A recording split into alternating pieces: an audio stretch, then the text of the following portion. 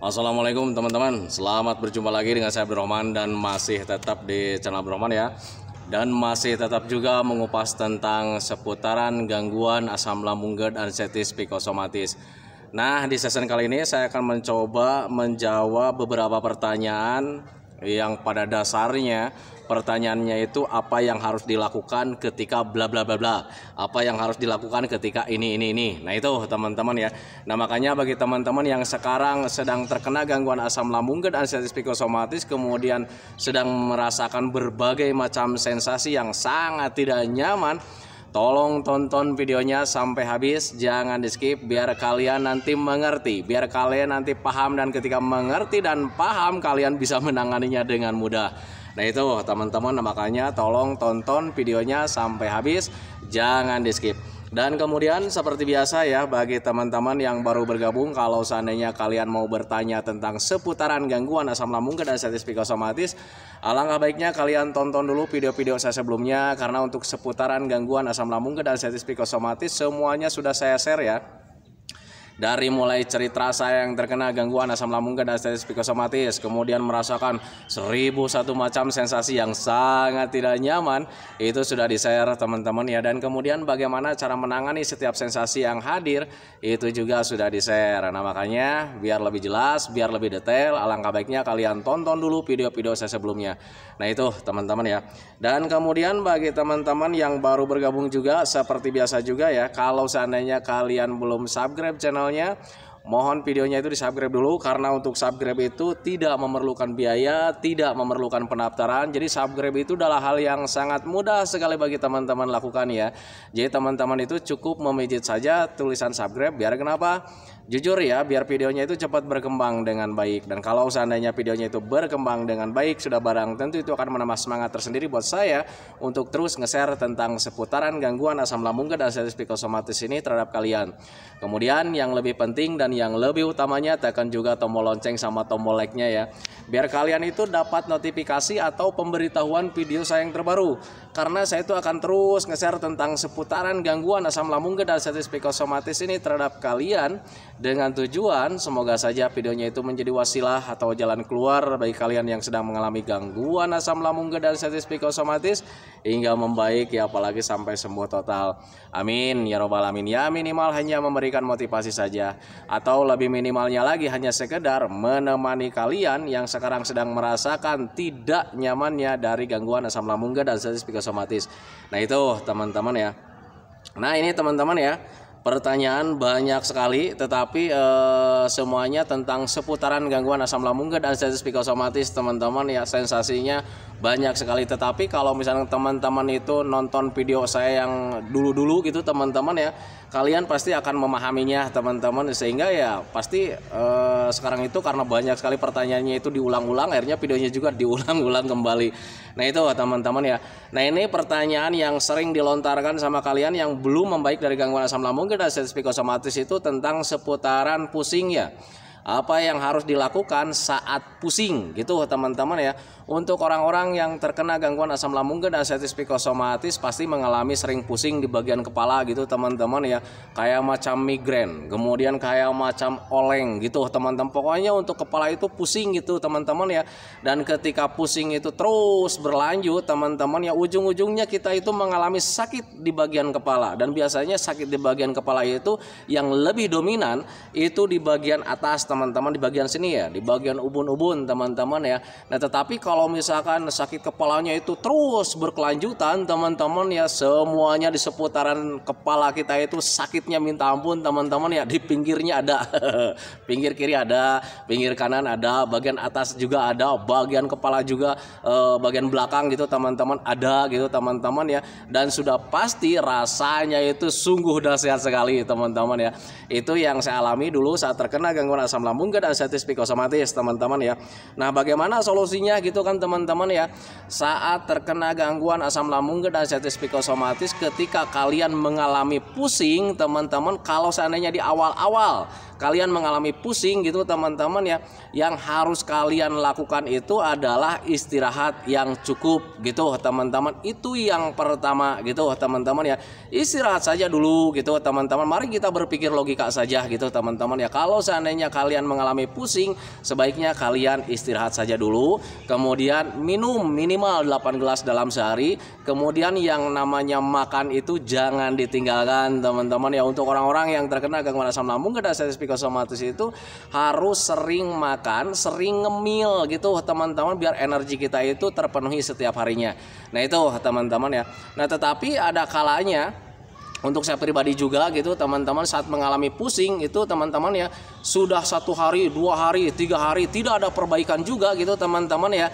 Nah ketika pusingnya itu nggak hilang-hilang selama 3 hari, apalagi sampai 4 hari pusingnya tidak hilang-hilang teman-teman ya, alangkah baiknya kalian berdiri saja teman-teman ya, duduk manis depan rumah gitu teman-teman ya. Apalagi kalau misalnya kalian sudah bisa jalan-jalan, jalan-jalan saja teman-teman ya, karena ketika kalian pusing itu bisa karena aliran darah dan oksigennya kurang lancar. Nah itu teman-teman, jadi saya juga dulu seperti itu ya, ketika saat terkena gangguan asam lambung dan status psikosomatis pusing teman-teman ya, jadi saya usahakan istirahat gitu teman-teman. Tetapi selang 2 hari 3 hari itu pusingnya nggak hilang-hilang teman-teman ya, dan akhirnya saya mencoba berdiri saja gitu teman-teman ya, kurangi rebahan gitu teman-teman ya. Saya lakukan jalan-jalan gitu teman-teman, walaupun di awal-awal ketika jalan-jalan, ketika kita mau jalan-jalan itu pusingnya belum hilang teman-teman ya. Nah tetapi untuk saya pribadi waktu itu ketika jalan-jalan dipaksakan teman-teman ya, dan ketika sampai di tempat tujuan itu pusingnya berkurang teman-teman ya. Itu pengalaman saya dulu saat terkena gangguan asam lambung dan status psikosomatis. Tetapi perlu kalian ketahui juga bahwa setiap sensasi itu buat orang tersebut itu beda-beda teman-teman. Tetapi yang saya ceritakan di sini itu adalah sepengalaman saya dulu saat terkena gangguan asam lambung dan status psikosomatis. Ketika mengalami pusing di awal-awal gitu teman-teman ya, saya istirahat selang 1 hari 2 hari. Tetapi kalau misalkan 2 hari 3 hari itu nggak ada perbaikan teman-teman ya, saya paksakan jalan-jalan, dan ketika dipaksakan jalan-jalan itu alhamdulillah pusingnya hilang dengan sendirinya teman-teman ya, berkurang sedikit-sedikit teman-teman, dan ketika pulang itu ya pusingnya hilang. Nah itu teman-teman, itu pengalaman saya dulu saat terkena gangguan asam lambung dan status psikosomatis. Tetapi dengan catatan makan dan minumnya juga tetap harus masuk gitu teman-teman, biar kalian itu cepat membaik. Karena memang pada dasarnya, pada prinsipnya orang sakit tanpa makan, tanpa ada asupan gitu teman-teman ya, akan terasa lambat membaiknya. Nah itu teman-teman, itu pengalaman saya dulu saat terkena gangguan asam lambung dan status psikosomatis. Nah kemudian selanjutnya nih yang sering ditanyakan itu di kolom komentar itu ya, apa yang harus dilakukan saat kelayangan gitu teman-teman ya.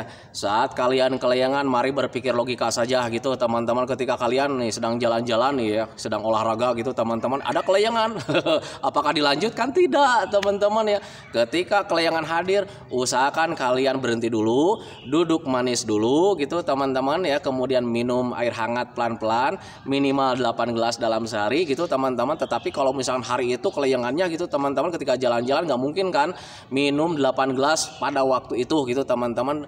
Yang penting kalian itu ketika kelayangan hadir teman-teman, usahakan duduk manis saja dulu gitu teman-teman, santai dulu, rileks dulu, minum air hangat gitu teman-teman. Ketika habis ketika sudah minum air hangat teman-teman ya, usahakan kalian makan. Makanya untuk saya pribadi waktu itu ketika jalan-jalan kemanapun itu selalu membawa bekal gitu teman-teman ya, entah itu nasi atau misalkan cemilan-cemilan gitu teman-teman ya.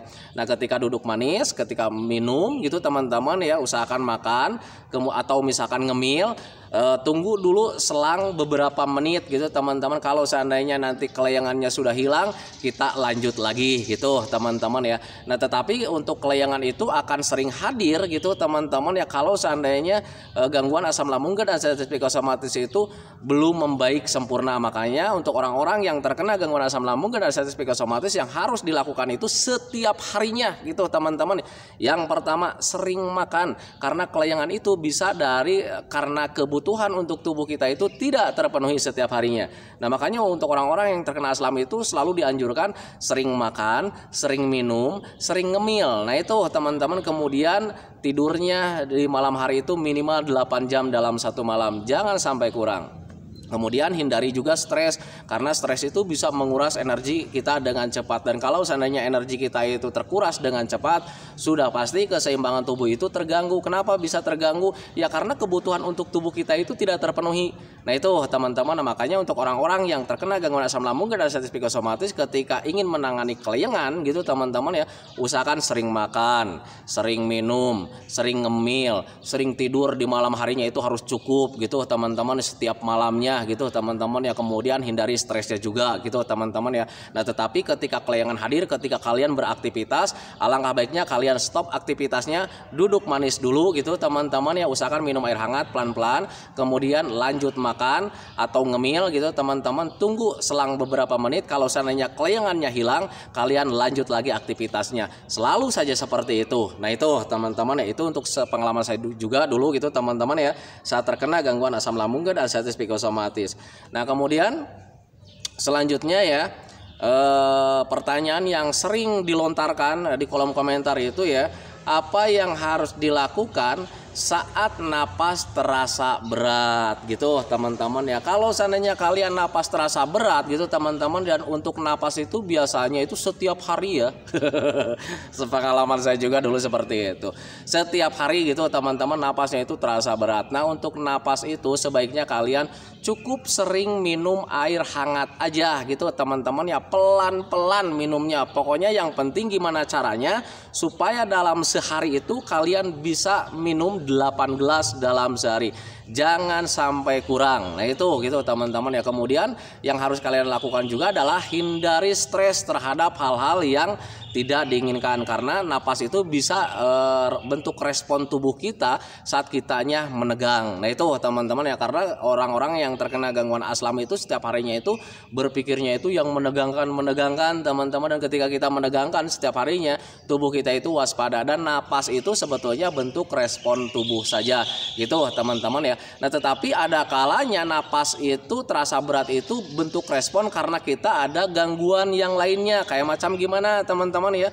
biasanya karena panas dalam itu teman-teman. Ketika ada panas dalam, kemudian asam lambungnya sering naik juga gitu teman-teman ya, bagian dada itu terasa hangat gitu teman-teman, terasa panas gitu teman-teman ya, dan napas itu terpengaruh teman-teman. Dan sebetulnya untuk napas itu kalian itu baik-baik saja, hanya menjadi kurang nyaman saja teman-teman ya. Dan kalau seandainya itu dari panas dalam, separah-parahnya nanti kelanjutannya itu kalian nanti bakalan batuk.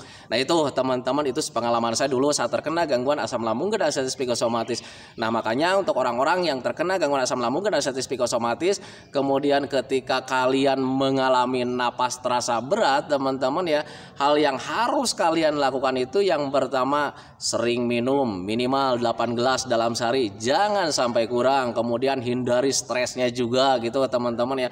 Kemudian menjaga jenis makanannya, jangan sampai kalian mengkonsumsi makanan-makanan yang bisa memicu asam lambung kalian itu tidak normal lagi, atau makanan-makanan yang bisa memicu ada panas dalam. Nah itu teman-teman, nah makanya pahami saja ke sana. Nah kemudian selanjutnya ya, pertanyaan selanjutnya yang sering kalian lontarkan itu adalah apa yang harus dilakukan saat begah gitu teman-teman ya. Karena untuk orang-orang yang terkena gangguan asam lambung dan artritis psikosomatis itu tidak terlepas dengan sering mengalami perut begah atau kembung gitu teman-teman ya. Perlu kalian ketahui teman-teman, ketika kalian begah atau kembung itu sebetulnya bukan hal yang berbahaya teman-teman ya. Sebetulnya kalian juga dulu itu pernah mengalaminya teman-teman ya, tetapi dulu itu kalian tidak was-was, tidak gelisah gitu teman-teman ya, hanya kurang nyaman saja gitu teman-teman ya. Nah tetapi sekarang saat terkena gangguan asam lambung dan artritis psikosomatis, kembung begah itu terasa sangat mengganggu sekali teman-teman ya, karena kembali lagi perasaan kita itu, pemikiran kita itu, badan kita itu semuanya sedang serba sensitif teman-teman ya. Yang namanya sedang sensitif, hal sekecil apapun terasa sangat besar. Nah itu teman-teman, nah, makanya pahami saja ke sana. Nah kemudian bagaimana cara menangani kembung begah kayak macam begitu teman-teman ya. Perlu kalian ketahui teman-teman ya, ketika kalian kembung begah itu bisa diakibatkan karena asam lambung kita itu sedang tidak normal. Dan kalau seandainya asam lambung kita itu sedang tidak normal, bisa menyebabkan gelembung gas. Nah yang namanya gas gitu teman-teman, sifatnya itu mendorong ke segala arah, sehingga ketika gasnya itu bertambah ya, tambah kembung perut kita teman-teman. Nah makanya untuk orang-orang yang ada gasnya biasanya lebih dominan. Kalau tidak perutnya itu terasa kembung, mereka itu pasti sering mengalami mual gitu teman-teman ya, pengen muntah gitu teman-teman, kemudian terasa ulu hati itu terasa mengganjal. Nah itu teman-teman ya, karena akibat dari dorongan gas tersebut gitu teman-teman ya. Nah makanya ketika kalian ingin menangani kembung begahnya, tangani saja asam lambungnya teman-teman ya. Gimana caranya supaya asam lambung itu tetap stabil biar tidak menghasilkan gelembung gas gitu teman-teman ya. Caranya gimana? Yang pertama, minum minimal 8 gelas dalam sehari. Apa sih hubungannya minum minimal 8 gelas dalam sehari? Jangan sampai kurang gitu kan teman-teman ya. Karena ketika asam lambung tidak normal itu bisa saja keasamannya yang bertambah teman-teman. Nah makanya ketika kalian sering minum itu ya bisa mengurangi keasaman asam lambung. Mari berpikir logika saja. Ketika kalian membeli asam cuka gitu teman-teman ya, kalian tahu ya nilai keasamannya itu kayak gimana kan ya. Nah bayangkan saja kalau seandainya kalian dicampur dengan air hangat, itu nilai keasamannya itu akan berkurang teman-teman ya. Nah itu, makanya untuk orang-orang yang terkena gangguan asam lambung dan sensitif psikosomatis, ketika mengalami keasamannya sedang bertambah teman-teman ya, harus sering minum minimal 8 gelas dalam sehari, jangan sampai kurang. Jam 6 kita minum 1 gelas, jam 8 kita minum lagi 1 gelas, jam 10 kita minum lagi 1 gelas, jam 12 terus seperti itu teman-teman. Yang penting catatan buat kalian, selama 1 hari full kalian itu minumnya 8 gelas dalam sehari, jangan sampai kurang. Nah itu teman-teman ya. Nah kemudian untuk menjaga keasamannya asam lambung itu teman-teman ya, kalian juga harus bisa menjaga jenis makanannya gitu teman-teman ya. Hindari makanan-makanan yang bisa memicu asam lambung kita itu bertambah asam.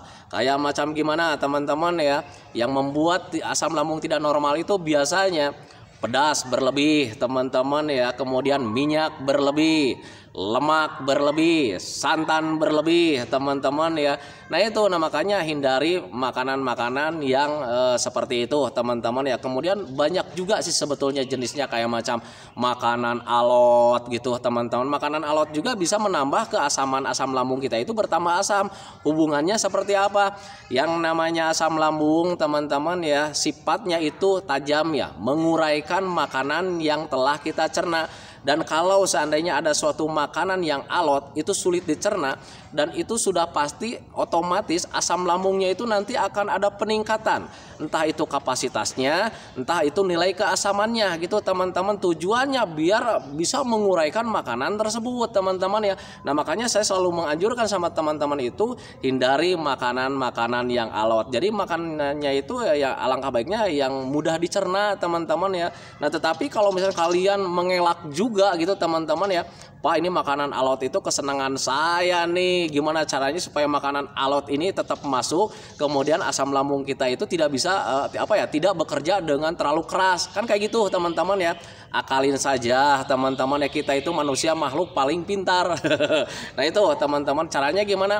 Ngunyahnya agak lama teman-teman. Nanti ketika dikunyah agak lama gitu teman-teman ya, sudah pasti nanti ketika sudah lembut itu masuk ke bagian pencernaan gitu teman-teman ya.